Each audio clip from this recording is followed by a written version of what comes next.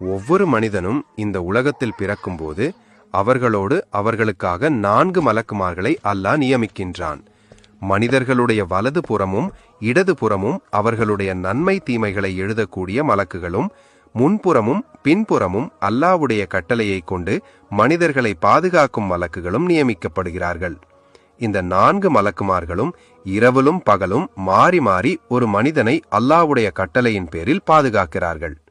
நன்மை தீமையை எழுதக்கூடிய கிராபன் காதிபீன் என்ற மலக்குமார்கள் அசருடைய நேரத்திலும் ஃபஜ்ருடைய நேரத்திலும் மாறுகிறார்கள். அவர்களுக்கு பதிலாக வேறு மலக்குகள் அங்கே வந்து சேருகிறார்கள். மாறுகின்ற மலக்குகள் அல்லாஹ்விடத்தில் வரும்போது அல்லாஹ் இப்படி கேட்கிறான், நீங்கள் என்னுடைய அடியானை எந்த நிலையில் விட்டு வந்தீர்கள்? அதற்கு அந்த மலக்குகள், நாங்கள் உன்னுடைய அடியானை அசருடைய தொழுகையிலே அல்லது ஃபஜ்ருடைய தொழுகையிலே விட்டு வந்தோம் என்பதாக பதில் கொடுப்பார்கள். அதேபோல நம்மை ஆபத்துகளிலிருந்து பாதுகாப்பதற்காக அல்லாஹ் 2 மலக்குமார்களை நியமித்திருக்கின்றான். அவர்கள் நமக்கு வரும் ஆபத்திலிருந்து நம்மை அல்லாஹ்வுடைய கட்டளைக்கு இணங்க பாதுகாக்கிறார்கள்.